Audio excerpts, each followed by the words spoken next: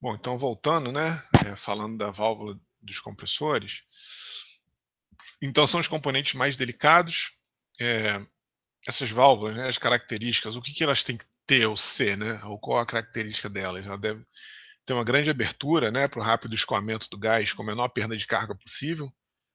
O gás, a válvula não pode, ou na verdade não é que não pode, né, ela tem que oferecer a menor restrição possível, para a passagem do gás, né, ocupar um espaço, pouco espaço no cilindro e não exigir muito espaço morto, ou seja, espaço morto é aquele espaço de gás que nunca é aproveitado, né? Aquele gás que eventualmente eh, fica ali no cilindro recirculado, à medida que o cilindro está descendo e subindo, e esse gás não é comprimido e ele fica ali ocupando um espaço que não é aproveitado. Máxima estanqueidade quando fechada, né? Então, na hora que ele está aspirando, a válvula de descarga tem que estar fechada e não pode deixar aspirar ar da descarga, e na hora que ele está comprimindo, a válvula de admissão tem que estar fechada e não pode deixar o gás fugir para a sucção. Tem que ter alta resistência mecânica, né, porque sofre esforço, choque e desgaste superficial é, numa taxa muito alta, né, a velocidade de rotação desses compressores é muito alto, então a resistência mecânica que esses elementos sofrem é muito forte, né, e tem que ter resistência à corrosão em função do dispositivo ou do gás, né, do fluido que está sendo do fluido de trabalho, né. Bom, ele funciona esquematicamente como está mostrado aqui, né.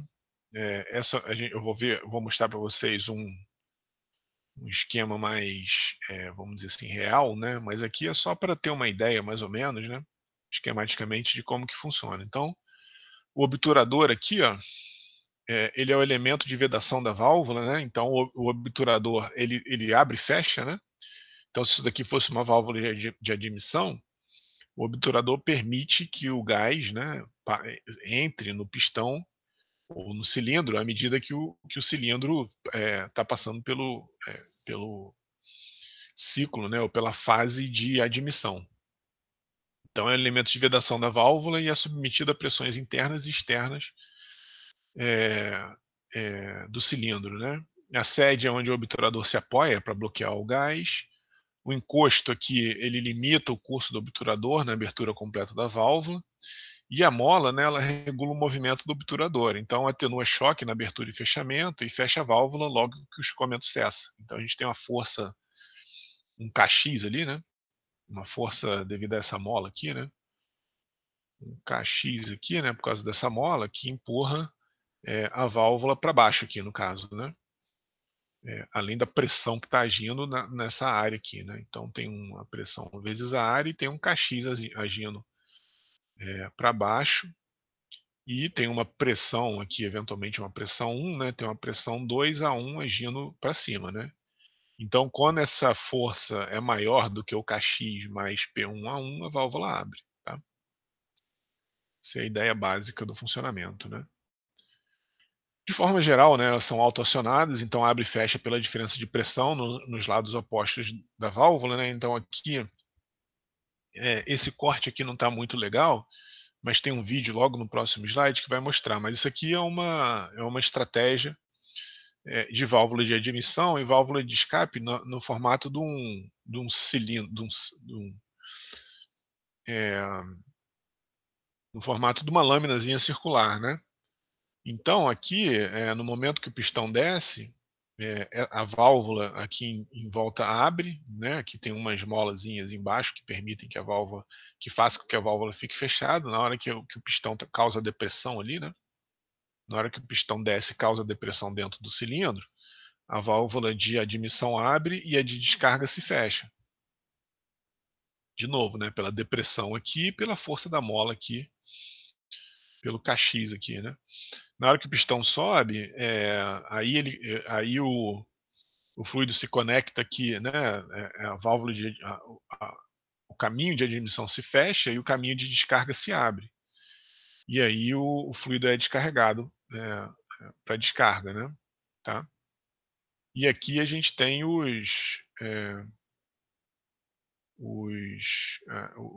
a válvula de palheta aqui, né. o esquema da válvula de palheta, né, mais simples, né, o que a gente conhece já, né. Eh, Dá só um minutinho, galera, tem que descer aqui rapidinho para resolver uma coisa. 1 minuto, já volto, espera aí. Não vou nem parar a gravação aqui.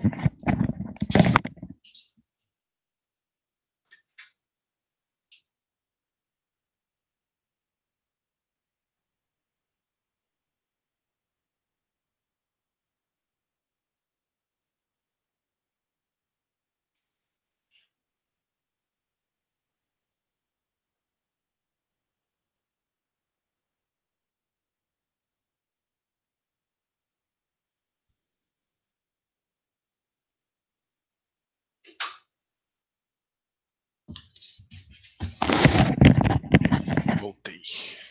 Bom, aí, o que aqui é um esqueminha de funcionamento da válvula. Podia ter até deixado o vídeo tocando aqui enquanto eu fui lá, mas a questão é a seguinte, ó, eh, esse é um mecanismo, né, um dispositivo muito mais sofisticado do que a palheta, né. Então o que a gente tem ali, ó, são, esses elementozinhos, né, e quando a gente tem o compressor, deixa eu voltar aqui. A gente está vendo o compressor ali atrás, ó, na hora que ele vai no curso de admissão, né, as válvulas, que no caso são esses elementos aqui flexíveis, eles permitem a passagem do ar para dentro lá, o azul, né, quando a gente tem a parte azul, esse é um compressor de duplo efeito, né, então quando ele está indo para a direita, a admissão acontece ali, ó, e a descarga é aqui embaixo, ó, tá. E aí quando ele vai para a esquerda, a admissão é ali em cima, se eu não me engano, né, ali ó, esses dois de cima na verdade, né, e a descarga é para baixo ali, né, tá. Então, eh, esse é o princípio de funcionamento desse tipo de válvula, né. Então, ele vai dar um zoom aí ainda, né, nesse dispositivo, para entender melhor, ó.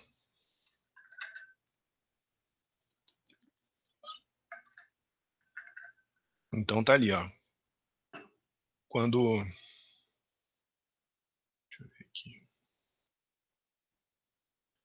A área de descarga não, a área de descarga não tem aquela questão não, Paulo. Na verdade, aqui, ó, na descarga, o que acontece é que a válvula, né, o pistão, ele empurra o gás para fora. Se aqui, tiver na pressão atmosférica, não vai ter pressão nenhuma, entendeu? Agora, imagina que você conectou ali na saída um tanque, né? Um tanque de pressão. O gás, ele vai, o pistão, ele vai mecanicamente empurrar o gás até o momento, né? O limite de empurrar ali é o limite, aquilo que eu estava falando, né? É a resistência mecânica de alguma coisa que quebre ali, mas não tem papel nenhum. Aqui o negócio é direto mesmo, né? Tanto é que aquele exemplo que a gente fez, a gente dimensionou aqui as forças, né, os esforços aqui no eixo da bomba, em função das pressões que se desenvolve na frente e atrás. Mas nunca, não existe um limite de pressão para uma bomba de deslocamento positivo. Ela vai comprimir o gás até alguma coisa dar problema, e aqui é como se você imagina, você mecanicamente querer empurrar, o gás para dentro de algum dispositivo, ou sei lá, quando você está arrumando suas malas, né. No começo, quando a mala está vazia, você vai colocando coisa ali dentro. Na medida que a mala vai enchendo e você tem que fechar a mala, você tem que fazer mais força para colocar tudo. É mais ou menos a mesma coisa.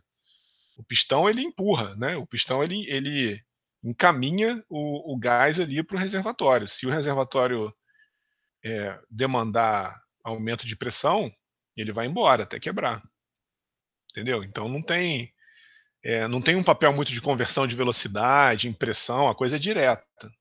O próprio movimento do pistão que empurra o fluido para empurra o gás para o processo, tá? É uma coisa mais mecânica. Beleza. Né, a mala, né, a analogia com a mala, né, ele vai o ar vai sendo empurrado para dentro do processo, igual você vai empurrando roupa para dentro da sua mala quando você vai viajar, é mais ou menos isso. Tá, então não tem muito processo de conversão, o negócio é direto, tá, é uma coisa direta mesmo, ele encaminha o fluido para o processo, e aí à medida que o processo vai tendo resistência, né, ele vai fornecendo reação à resistência do processo, tá. É mais ou menos isso. Bom, aí a gente está falando, então a gente está olhando aqui as válvulas, aqui é um detalhezinho, né, ele tira aqui, ó, só para mostrar, né, pra sair um pouco dessas figuras muito didáticas, né, isso é uma coisa mais real, né. Então, ali ó, ele mostra quando aí um discozinho de amortecimento, né, para essa, eh, pra válvula não sofrer, muito desgaste, né, então à medida que o pistão desce, ela bate nesse disco de amortecimento para não desgastar. E aí ela fica nessa aí eternamente subindo e descendo, né, à medida que aí ele monta de novo, aí mostra olha lá, mostra dentro do contexto ali, né, tem 2 válvulas de admissão, 2 de descarga e um dispositivo de duplo efeito. Então a gente vê direitinho, ó, quando ele está indo para lá, a admissão e a descarga lá atrás, né, do compressor, olha lá, a descarga aqui embaixo, né. Tá, então aí, esse é o ciclo, né. Então lá na descarga tem uma válvula dessa, mas ao contrário, né, que ela abre quando está descarregando e fecha quando está succionando. E aí ele tira um zoom, aí só para ver o processo completo, aqui está a cruzeta, aqui vocês vão ver o sistema biela-manivela funcionando ali atrás, ó, e uma cruzeta aqui para não deixar, né, para fazer as câmaras herméticas ali, ó. Olha lá, aqui está o sistema biela-manivela, aqui essa daqui é a cruzeta, né, para transmitir o movimento, e aqui está a peça de distanciamento, ó, nessa parte aqui a gente consegue ver melhor, ó. Mas isso daqui seria a peça de distanciamento, né, que isola o cilindro, da carcaça lá eh, do compressor. Então aqui atrás é só motor, né.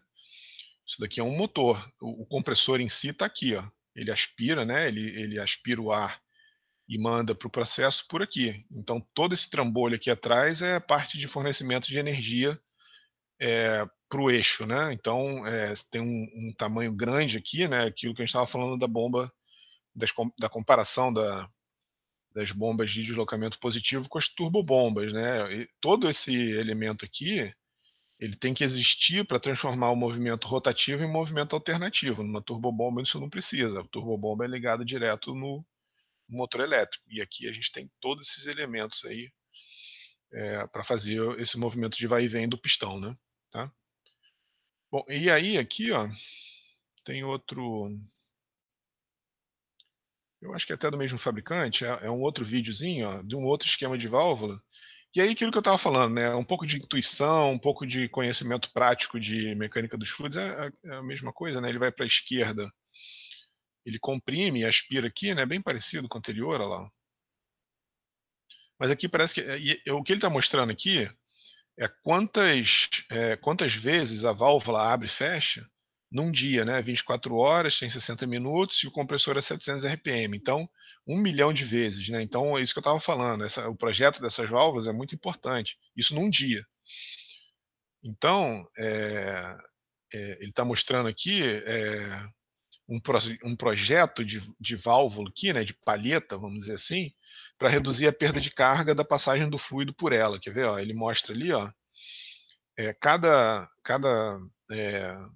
furo desse aqui, né, cada região de entrada dessa, né, que está cortada, é um local que o fluido, entra, né, que ele é succionado para dentro do compressor. Então, ele está mostrando aqui, ó, o projeto dessa válvula aí que eles chamam de high flow, né, high flow ring, e um flat ring, né, comparação com flat ring. Então ele está mostrando que essa válvula que eles desenvolvem, ó, tem uma perda de carga muito menor, porque ela tem esse formato, triangular, vamos dizer assim, né, ou telhado de uma casa, não sei, né, certo? Então ela tem esse ângulo aqui em contraposição para uma válvula flat, né, uma válvula reta, que o gás ele seria succionado e bateria, né, tem um ponto de estagnação aqui, né. Então aqui a perda de carga é muito maior, então tem uma recirculação para o gás entrar para o compressor, e aqui ele vai, num formato muito mais suave, né. Então a perda de carga aqui nessa válvula que eles estão argumentando aí, que eles chamam de high flow aí, é menor, né. Então aí ele mostra uma simulaçãozinha do que acontece, né. Aqui a gente tem umas zonas de recirculação muito forte, aqui tem menos, e aí ele mostra aí que, se olhar a geometria da válvula, ela é meio abauladazinha ali, né, num ângulo reto, alguns tipos de válvula aí, tá. Aí de novo, né, aí ele vai fazer uma vista explodida, quer dizer, na verdade ele vai tirar alguns elementos dessa, ali ó, dá um detalhe, né, no processo de abertura e fechamento da válvula. Aí ele mostra as molazinhas que tem embaixo, dentro dessas guarnições aí, ó. São as molas que eventualmente fazem com que a válvula vede ali, né, a admissão, tá. E aí tá todo o sistema montado, né. Então é mais ou menos assim que é isso que é uma válvula, vamos dizer assim, real, né. Um dos tipos, né, existem vários, mas um dos tipos de válvula é esse daí, né. Tem uma área grande, oferece pouca resistência, né, para o escoamento. Então tem uma área grande de passagem aí do ar, tá. Então é basicamente isso daí. Eh Desculpa, deixa eu ver aqui. É o mesmo vídeo, voltou. Tá, aqui são as válvulas de palheta, né. Então é a coisa mais simples que pode existir para uma válvula. É uma palhetazinha e um parafuso ali, né. Na medida que o compressor ele exerce pressão desse lado aqui, ó, essa palheta fecha e as palhetas da parte de baixo se abrem, né. E aqui seria o lado oposto, né. Na medida que exerce pressão desse lado aqui, essas palhetas se fecham e as do lado de lá se abrem. Então tem várias geometrias, né, várias configurações de válvula, tem assim, tem dessa forma, né. Então são palhetas bem simples, né, são válvulas de admissão bem simples, bem menos sofisticadas que essa que a gente viu anteriormente, né. Mas aí entra muito também daquilo que eu estava falando, né, da, eh, da questão de perceber e fazer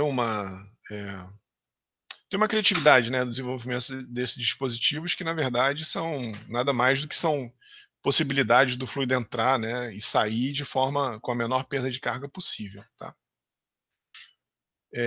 E aí, né, a selagem da câmara de combustão, o que a gente tem aqui no pistão, é basicamente a mesma coisa que tem no pistão do carro, né, os anéis de segmento ali, né, para impedir vazamento do gás nas partes móveis. Então a gente tem os anéis de segmento, alguns O-rings ali, né.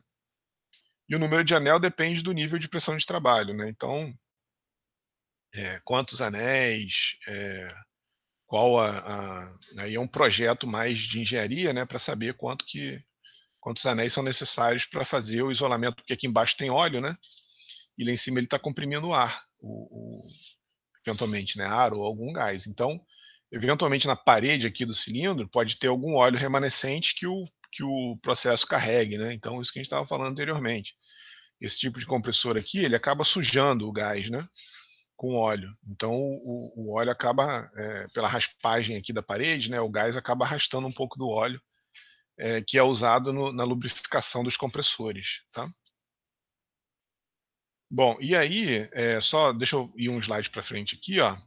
Nessa parte aqui de selagem, entre a câmara de espaçamento aqui, né, de espaçamento e o cilindro de compressão, existem uns anéis, né, para não deixar com que o gás de alta pressão, escape. Então, voltando no slide aqui, ó, são mais ou menos essa selagem aqui, né, são esses selos que eles estão no fundo do cilindro e são usados os selos mecânicos. Então é uma série de anel de teflon montado em uma cápsula, né, e aqui está o eixo que passa ali, né, e a haste ela vai desenvolver um movimento alternativo através dos selos, tá. Então, eh, o que a gente tem, né, é a geometria que a pressão é maior de um dos lados do anel e força a vedação, é o que está mostrando aqui basicamente, né. Então a gente tem a parte que é pressurizada e aí ela acaba, não só, comprimindo radialmente, como axialmente ali e selando, né, porque essa parte aqui, ó, deixa eu voltar aqui no compressor, né, seria a parte exposta aqui à alta pressão, então ela acaba selando aqui, né, tá um pouquinho diferente a geometria aqui, né. Isso daqui é uma figura ilustrativa, isso daqui é uma foto real mesmo, né. Então na realidade ele é assim, né, essa selagem, né, esse selo mecânico, ele é mais ou menos assim. E aí, a própria pressão do processo, né, acaba selando, né, acaba forçando esses anéis de vedação, a fazerem a selagem, da parte do gás de alta pressão para ele não sair ali, né, para ele não sair, de forma indesejada, tá. Então é assim que é feita a selagem, da câmara de compressão. Eh, bom, aqui é uma coisa que a gente já viu também, né, alguns limites de operação, em função da pressão de descarga, da vazão e qual o tipo de compressor que se usa, né, de diafragma, de pistão, centrífugo, axial. Então é uma imagem bem, vamos dizer assim, didática, né, mas que serve também como, ideia de faixa de operação, né. Então vazão de até, aqui 100, aproximadamente, sei lá, 200 metros cúbicos por hora e pressões até, 300 megapascals, compressor de diafragma.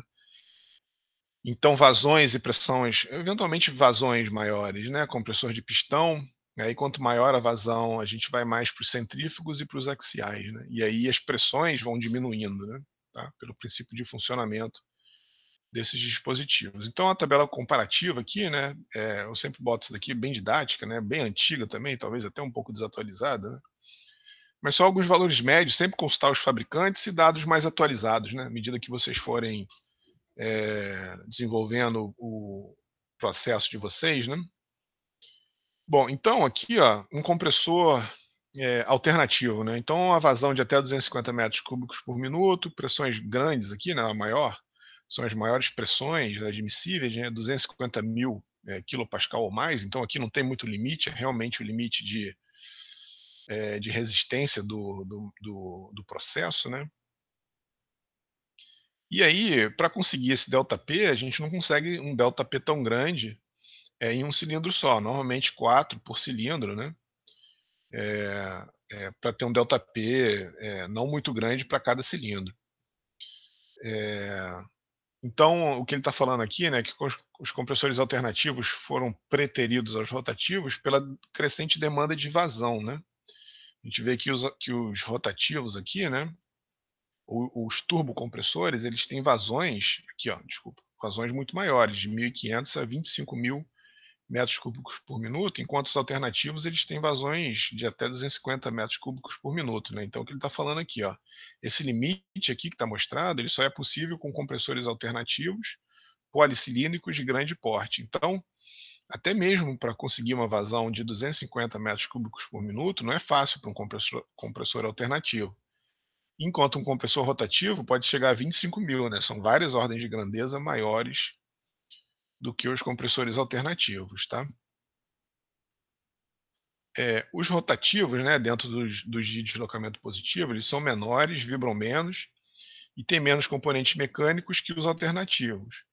Eles são bons para baixas vazões e baixas pressões de descarga, então eles nem desenvolvem muita vazão e nem desenvolvem muita pressão.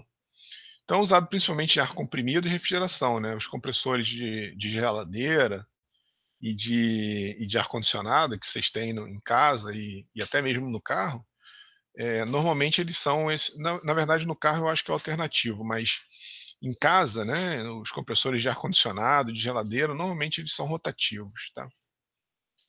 Eh, os dinâmicos, né, tiveram grande desenvolvimento a partir da Segunda Guerra para a turbina dos aviões, né, quando começou a desenvolver o desenvolvimento de aviões a jato, né. O axial serve para sobrealimentar o motor, uma turbina a gás, né. Tem pouco uso na indústria, na verdade, é muito usado, como a primeira, na admissão da turbina a gás, né, a turbina admite o ar e aí o compressor, aumenta a massa de ar combustível que entra, eh para a câmara de combustão, né. E o centrífugo é o compressor mais versátil de todos, porém são muito sensíveis à variação do processo. Então é a mesma coisa que a gente viu lá para a bomba, né. Então a gente tem um compressor centrífugo, aquilo que a gente estava analisando, né. A gente tem a curva head vazão dele, se o sistema variar a demanda, então a gente varia bastante também a vazão, né, tá. Então ele tem uma faixa de vazão que depende muito do head. Então, eventualmente, se você está num processo que você não quer variar muito não quer variar muito a vazão, né, a gente tem que evitar os compressores centrífugos. Ou, por outro lado, se quiser que a vazão seja uma variação, vamos dizer assim, desejável no processo, né, os compressores centrífugos são os indicados. Bom, aí algumas vantagens dos compressores alternativos, né, controle de compressão pelo controle de abertura da válvula de admissão. Eh, então, isso daqui é uma maneira de controlar eh, a taxa de compressão, né. Então a válvula de admissão eventualmente pode ser aberta, e aí a razão de compressão pode ser variada, tá certo? Na compressão, né, no estágio da compressão, a gente pode abrir a válvula de admissão, pra ter um controle de compressão, tá. É uma operação econômica, então são dispositivos de simples manutenção, mas é frequente, né, porque tem muitas componentes móveis. É simples, mas é mais frequente, são mais eficientes e suportam maiores pressões de compressão do gás. Os rotativos, né, têm a mecânica mais simples, não necessita de válvula, por exemplo. Pode fornecer o gás isento de óleo. Isso daqui não são os turbocompressores, né, são os, estou falando dos deslocamento positivo, rotativos, tá? Então pode fornecer gás isento de óleo. Então, por exemplo, o compressor de parafuso, né, que a gente tem a engrenagem, a gente tem um eixo com um parafuso e o outro eixo com outro parafuso. Então a gente tem uma engrenagem externa sincronizando os dois eixos. Então a gente não precisa de lubrificar o parafuso, a gente lubrifica a engrenagem, e aí a gente não tem o gás em contato com o óleo, né. Tem menor dimensão e peso, né, operam em maiores rotações pela ausência da inércia do movimento alternativo. Tem baixo ruído quando lubrificado a óleo, o escoamento não é pulsante e menos vibração que o alternativo, tá. Então tá uma comparaçãozinha aí meio didática, né, dos compressores alternativos e dos rotativos, né, de deslocamento positivo, né, os dois de deslocamento positivo. Bom, então, o que a gente vai fazer agora é começar nessa última meia hora da aula e continuar a semana que vem, né, é uma representação gráfica e análise termodinâmica dos compressores. Então a gente vai analisar o diagrama PV, né, pressão, volume específico, né, lembra que V é 1 sobre ρ, analisar em diagramas PV o ciclo de funcionamento dos compressores volumétricos alternativos. Então representa a pressão e volume do gás na câmara de compressão, né. Então, para os compressores alternativos, né, o ciclo teórico é apresentado aqui, né, de pressão e volume específico, onde V aqui é 1 sobre ρ, né. Então a gente tem o P1 é a pressão de sucção e o P2 é a pressão na descarga, né. É o momento que a válvula, de admissão abre. Então aqui, a linha 4,1 aqui, né, é quando a válvula de admissão está aberta. 1,2 é quando as duas válvulas estão fechadas, então ele comprime aqui. E o 2 aqui é quando a válvula de admissão está aberta e ele expulsa na descarga, né. Então P1 é pressão na sucção, P2 é pressão na descarga. A gente assume que a admissão e a descarga são isobáricas, né, que o momento que ele abre a válvula de admissão aqui, ó, a pressão é constante. E no momento que ele abre a válvula de descarga, né, no momento que o compressor abre a válvula de descarga, ele descarrega também a pressão constante, tá? E as curvas de compressão e expansão dependem das trocas térmicas. A gente vai ver por quê, né? A gente vai analisar termodinamicamente o que que faz essa curva aqui de compressão ter esse comportamento, ter um certo comportamento politrópico e não ter outro, né? Por que que, por exemplo, essa curva está assim e ela poderia estar mais assim ou mais inclinada? A gente vai ver que isso depende fortemente das trocas térmicas. E eventualmente também, né, consequentemente, as eficiências de compressão e de expansão que acontecem ali, né. Então a gente vai analisar termodinamicamente, né, esse processo, né, por que que ele está ali, por que que ele não está aqui, por que que ele não poderia estar aqui, né, e como que as trocas térmicas influenciam, nesse ciclo termodinâmico. Observa que é aquilo que eu estava falando anteriormente, né. Quando ele termina de expulsar quando o compressor termina de expulsar, eh, o gás, ele succiona uma nova massa de gás. Aqui, esse ciclo termodinâmico aqui, parece que a massa de gás está passando por todo esse ciclo, né, mas não é verdade. Aqui é um novo, né, isso daqui é um novo gás entrando, né. Não é o mesmo gás que está passando pelo ciclo, mas tudo bem, assim como no ciclo Otto, assim como a gente usou o ciclo Otto, né, para simular o ciclo de funcionamento de um motor de combustão interna, a gente vai usar esse ciclo termodinâmico aqui para simular o funcionamento de um compressor, tá? Alternativo. Então, na realidade, o gás não passa por esse ciclo termodinâmico, né? Só uma forma conveniente de analisar alguns fatores importantes, principalmente, né, ou um dos que eu posso citar, é a influência do resfriamento na eficiência da compressão, tá? Que a gente consegue analisar, né? Por que, que resfriar, por que, que ter aletas no compressor, e quando a gente tem um compressor de vários estágios, porque é interessante ter um intercooler, né? Um resfriamento intermediário para aumentar a eficiência do processo. Isso a gente consegue analisando esse ciclo termodinâmico. Essa representação gráfica, né, para um compressor de palheta de parafuso, ela é um pouco diferente porque aqui existe um espaço morto. Ó. Se você olhar aqui em cima, na hora que o compressor chega na parte mais alta ali do curso do pistão, ele não pode, não tem como ele encostar, né? Se ele subir muito, ele acaba encostando ou na válvula ou na parede superior ali, e é isso que a gente chama de espaço morto, né? De volume morto. Essa região aqui, ó, que nunca é preenchida por gás, ou o gás nunca, ou esse gás aqui, ele acaba recirculando, né? Ele nunca é usado efetivamente, porque existe um espaçozinho morto ali em cima, né? Que nem a mesma coisa que acontece no motor de combustão interna. Existe um volume morto dentro da câmara de combustão de todos os carros por causa da válvula, né? O pistão ele sobe e desce muito rápido. Se você não deixar uma folga ali, ele acaba batendo na parte superior do cilindro e aí isso causa um problema. Mas um compressor rotativo isso não acontece. Então, num compressor de palheta e parafuso, roots que a gente viu, né? É, o que acontece é que a gente admite, né? Está sempre admitindo, comprimindo e expulsando sem volume morto, tá? É,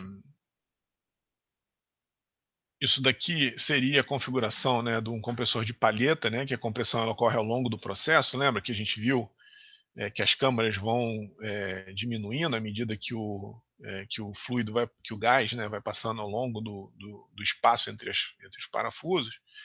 E aquele compressor Roots, né, que era coisa mais ou menos assim, né, eram dois lóbulos rodando um contra o outro. Na verdade, ele aprisionava o gás numa câmara aqui, e essa câmara era constante à medida que esse cara está girando para cá e esse cara está girando para cá, né? Esse gás, esse volume não diminuía. Então, aquilo que a gente estava falando, né? Lembra que esses gases que estão aqui dentro, ele eventualmente, na hora que chegava aqui, né? Na hora que o lóbulo ia girando, ele sofria um degrau de pressão, né? Então, ele passa instantaneamente da pressão 1 para a pressão 2, porque ele está girando, né, ele captura o fluido na pressão 1, e aí quando ele comunica essa câmara aqui com a pressão 2, ele instantaneamente entrega o fluido na pressão 2. Então isso é característica, né, uma curva característica de um compressor tipo Roots, né, e essa é uma curva característica de um compressor parafuso. Tá? À medida que o fluido vai sendo encaminhado ali pelo parafuso, né, ele vai aumentando a pressão dele. Tá? Certo? Então, mais ou menos essa a questão. Né? Então, como existe variação da massa específica, né, essa é uma questão termodinâmica, né, nesses dispositivos a gente tem trabalho de compressão e expansão envolvido. Né, a gente tem relação não só o trabalho fornecido para o fluido ele é levado em conta, mas como ele está variando a massa específica, a gente tem uma transformação, né, do trabalho especificamente em variação da massa específica do fluido. Então a gente tem que levar isso em conta, né? Então, a gente tem uma variação do estado termodinâmico ao passar de P1 para P2, para P3, para P4. Então a variação da massa específica acarreta transformação de energia mecânica, né, nesse caso que é só pressão, em térmica, né? Então, por causa disso, né, dessa variação da massa específica, a gente tem aumento de temperatura, né? Então isso é uma consequência do processo, não tem como fugir disso. Nas bombas, como o volume específico ou a massa específica é constante, a gente não tem que se preocupar muito com as variações de temperatura, que elas são consideradas, eventualmente, uma bomba, né? Ela pode ser considerada adiabática, né? O trabalho de compressão é muito pequeno, porque o volume específico não varia, então a gente não tem a conversão de energia de pressão em energia térmica. Aqui a gente tem esse termo que vai aparecer necessariamente. Então a gente tem que fazer uma revisão de termo, né, para relembrar todos um monte de conceito de termodinâmica, né? O primeiro é a equação de estado de gás ideal. Então, para a maioria dos gases, né, nas pressões moderadas e temperaturas moderadas, qualquer gás pode ser bem representado pela equação de estado de gás ideal, apesar de ser muito mais complexo na realidade do que isso, né, do que a relação entre pressão, massa específica e temperatura. Para um gás real ser muito mais complexo do que isso. Numa situação de pressão e temperatura moderadas, a gente pode dizer, né, que pressão, massa específica e temperatura de um gás estão relacionados, né, de um gás, mesmo que ele não seja ideal, né, mesmo que ele seja real, pode se relacionar por essa expressão. O R, nesse caso aqui, é uma constante única do gás específico, e é dado pela constante universal, RU, né, pela aquela constante universal dos gases, 8.314 Joule por kmol Kelvin, sobre a massa molecular do gás. Então isso daqui, né, esse R aqui, ele já é essa conta aqui, né? É 8.314 dividido pela massa molecular de cada gás específico, tá? No caso do ar é 287, o valor da constante do ar, né? Tá? Bom, aqui, né, quando a gente faz essa aproximação, na realidade, a gente tem uma hipótese que não é realista, né, que as moléculas de gás são massas pontuais e não interagem.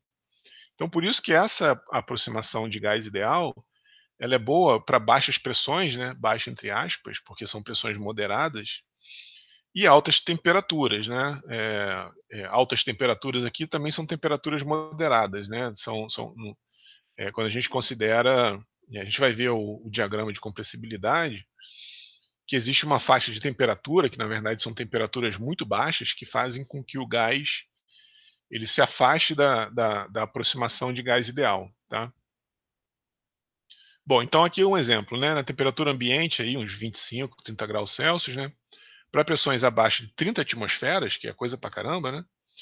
A massa específica do ar pode ser determinada com menos de 1% de acurácia, né? Usando essa expressão aqui, se a gente pegar e quiser saber o volume específico do ar, a gente pega o RT sobre P, né?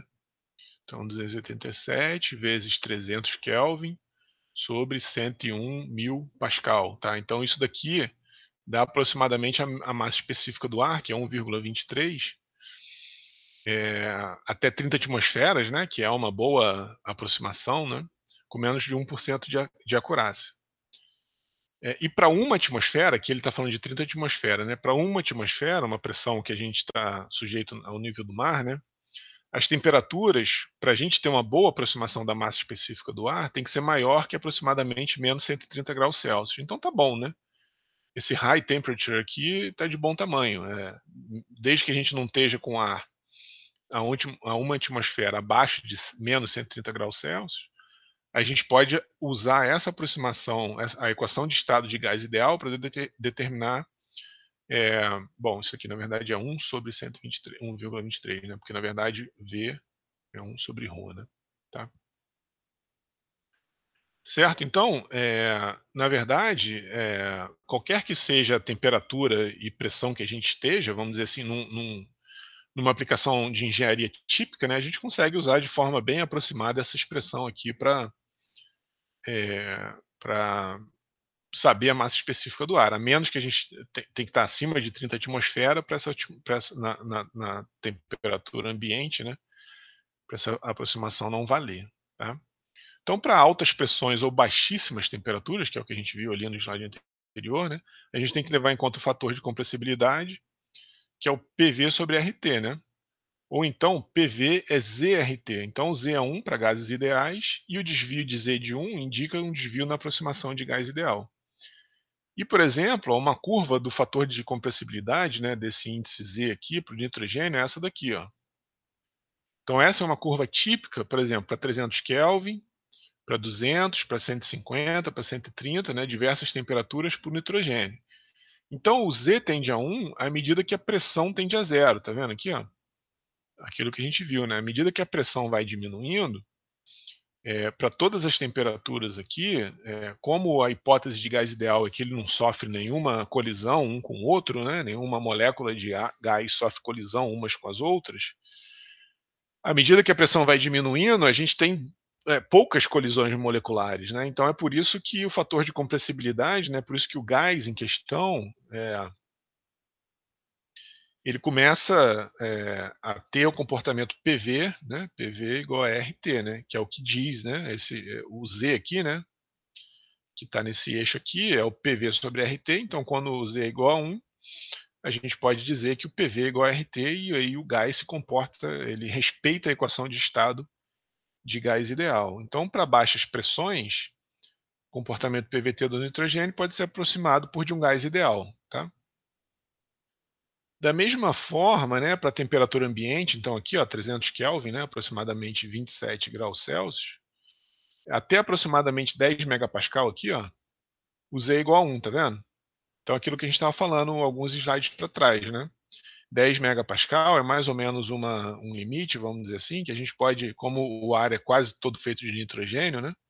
A gente pode usar a aproximação de gás ideal até aproximadamente essa pressão na temperatura ambiente, tá? E para baixas temperaturas, né? Então é o que está mostrando aqui, ó, 200, 150, 130, ou pressões muito altas, que é o que acontece quando a gente caminha para cá, a gente vai se distanciando de Z igual a 1. E aí a gente tem que levar em conta, né, o PV igual a ZRT, né? O fator de compressibilidade, por exemplo, se a gente está aqui a 20 megapascal, é, sei lá, 40 megapascal na temperatura ambiente. O Z vai valer aproximadamente 1,5, 1,55, né? Certo? Tá? Então, PV, né, nessa condição aqui, ó, PV igual, sei lá, 1,55 RT, tá? E para outros gases, né, a análise qualitativa ela é bem similar. Então, para avaliar todos os gases em uma mesma base quantitativa, a gente vai usar o que se chama de propriedade reduzida, que é a gente pegar a pressão reduzida, dividir a pressão pela pressão crítica. Lembra? A pressão crítica é quando o fluido passa, ele não tem a região bifásica nunca, né? A gente tem a curva pressão volume específico, lembra que a gente tem aquele comportamento, aqui é líquido resfriado, né?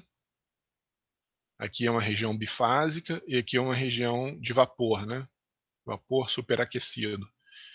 O ponto crítico são pressões onde ele nunca passa por essa região bifásica aqui, né? Tá? Ele passa da condição de líquido para a condição de vapor de forma instantânea, né? Tá? Então, se a gente pegar a pressão e dividir pela pressão crítica e a temperatura pela temperatura crítica e plotar o Z contra essa pressão R, né? Que é essa equação, em vez da temperatura a gente fizer o TR, todos os gases vão cair nessa, ou a maioria deles, né, vão ter esse comportamento aqui, tá? Então é um diagrama de V contra PR para muitas substâncias e todas elas basicamente coincidem aqui, né, nesse gráfico aqui. Então a gente pode fazer uma análise bem geral para várias substâncias. Ó. Então ele ajuda a analisar se a hipótese de gás ideal é válida. Então, por exemplo, para pressões muito abaixo da crítica, Então aqui estaria a pressão crítica, né, se o PR é P sobre PC, o 1 é quando a pressão é crítica. Então sempre que a gente está para cá, ó, a aproximação de gás ideal pode ser usada para qualquer temperatura. Então muito abaixo, né, a gente, não sei, pode considerar eventualmente aqui, né, nessa região que o Z é aproximadamente igual a 1, vou botar 90%. Então 90%, se a gente quiser uma faixa de 90%, a gente poderia até, aqui ó, 0,9, né, a gente poderia trabalhar com pressões de 10% da pressão crítica. Então qualquer temperatura, se a gente tiver a 10% da pressão crítica daquele gás, qualquer temperatura, por mais baixa que ela seja, a gente consegue aproximar, fazer a aproximação pela equação de estado de gás ideal, tá? Consegue usar essa relação PVT aqui, né, para o gás. Então é isso que esse gráfico está mostrando. Para temperaturas acima de 2 vezes a temperatura crítica, que é daqui para cima, né? Aqui, ó, então aqui 2 vezes a temperatura crítica, 5 vezes a temperatura crítica, e aqui são temperaturas abaixo de 2 vezes a temperatura crítica, né? A aproximação é válida até 4 vezes a pressão crítica, então até aqui mais ou menos aqui que ele está falando. Ó. Então esses dois gráficos, então 2, 3, 4, 5, 6, 7, 8, 9, 10. Então 2, 3, 4. Então até aqui, ó, está mostrando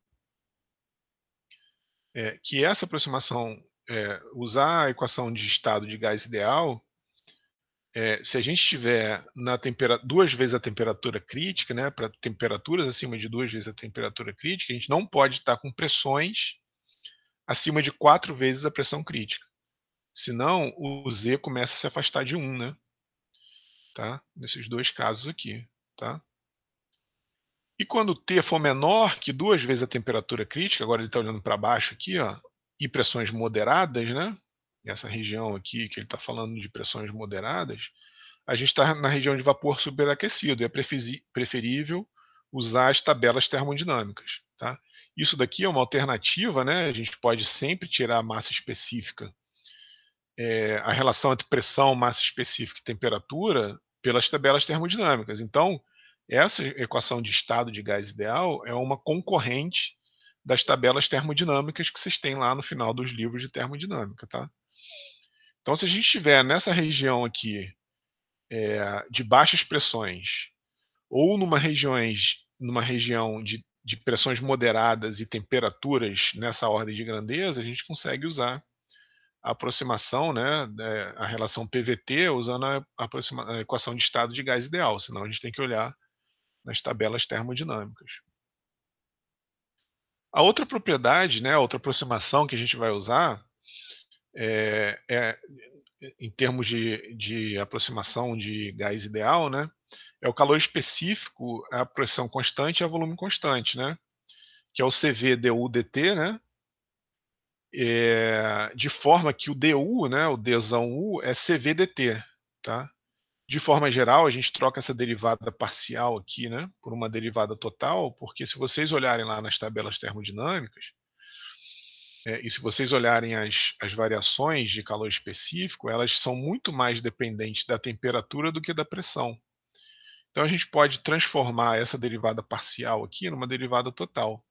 E aí o que está dizendo é que, olhando também nas tabelas termodinâmicas, vocês veem que o U ele é muito mais, né, como consequência desse fato aqui, o U é muito mais uma função da pressão do que da temperatura. Só abrir as tabelas termodinâmicas lá e olhar a energia interna, né, das substâncias variando com a temperatura e variando com a pressão. Vocês vão ver que ela varia muito mais fortemente com a temperatura. Então a gente pode tirar essa derivada parcial e escrever uma derivada total. Né? Então du, a derivada total da energia interna, é o calor específico a volume constante vezes o dt. Né? Então variações de U e T, U e T variam, ou as variações de U e T são relacionadas se o calor específico a volume constante for conhecido. Então essa é uma aproximação que a gente vai usar bastante aqui, vai simplificar muito a nossa vida. Essa expressão aqui em particular, né, du a CVDT, né, relacionando variações de energia interna com variações de temperatura, então vai evitar também da gente ficar olhando tabelas termodinâmicas para ver variações de U. É só a gente pegar o dt, né, o ΔT, e multiplicar pelo calor específico ao volume constante. Tá? Bom, a entalpia de qualquer substância, né, aí outras grandezas termodinâmicas. Né? A entalpia é a energia interna mais PV, né, ou P sobre ρ, isso daqui também pode ser escrito como PV. É, é uma outra propriedade que a gente vai usar, que veio lá da termodinâmica. Né? Então, para um gás ideal, o H de T é U mais RT, né? Porque PV é RT, tá? E aí, o calor específico, a pressão constante, é definido dessa forma, né? CP dHdt, de forma que o dH é CP dt, né? A variação da entalpia, a gente não precisa também ficar olhando em tabelas termodinâmicas, se a gente usar essa aproximação aqui, que a variação da entalpia é CP dt, né?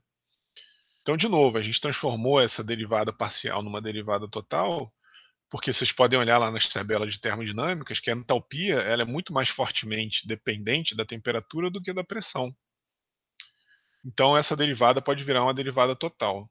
Então, Cp, de forma geral, é uma função da temperatura somente.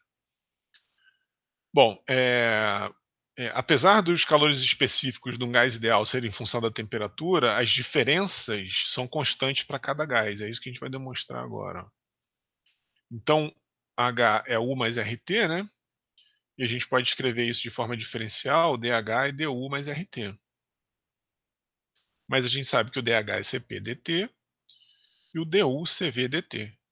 Então, substituindo aqui, né, aqui no dH e o du aqui, ó, a gente fica que Cp dt igual a Cv dt mais R dt, simplificando os dt's aqui, ó.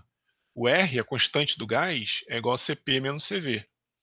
Então, se a gente pegar o calor específico, a pressão constante de uma substância, e o calor específico, a volume constante de uma substância, subtraí-los, a gente chega na constante daquele gás, na constante R daquele gás.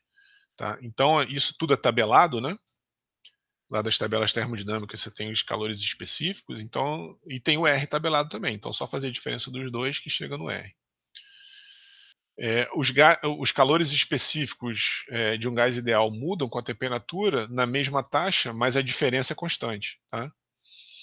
Então, esses dois caras, né, se você aumentar de 10 graus a temperatura, a variação do calor específico vai ser a mesma para os dois, de forma que o R é sempre constante para os dois, para as duas temperaturas. Tá? Bom, só para mostrar aqui isso que eu estava falando, é uma tabela termodinâmica. Aqui a gente tem a temperatura variando de 200 a 1.200 graus Celsius e a pressão de 10 a 1.000 kPa. E aqui é o U, né? Energia interna do vapor sobreaquecido. Observa como a variação do U com a temperatura é muito mais forte do que a variação do U com a pressão. Ó. Olha só como que varia pouquinho, 2.661,3 a 10 kPa até 2.621,9 a 1.000 kPa. Então, de fato, né, quando a gente fez CV igual a du dt, a gente pode dizer que o CV, na verdade, é um du de t dt, por causa disso aqui, tá? Por isso que a derivada parcial se transformou numa derivada total. E a mesma coisa vale para todas as outras temperaturas e pressões, tá? Só olhar aqui, ó, 3.479, 3.475. 4.467, né, 1.200 graus Celsius, 4.465. Então, de fato, o U é uma função que depende muito fortemente da temperatura e pouco da pressão, tá? Por isso que essas derivadas totais aqui entram no local das derivadas parciais, tá? Beleza? Bom, são 5h30. A gente continua semana que vem. Alguém tem alguma dúvida aí? Alguma pergunta?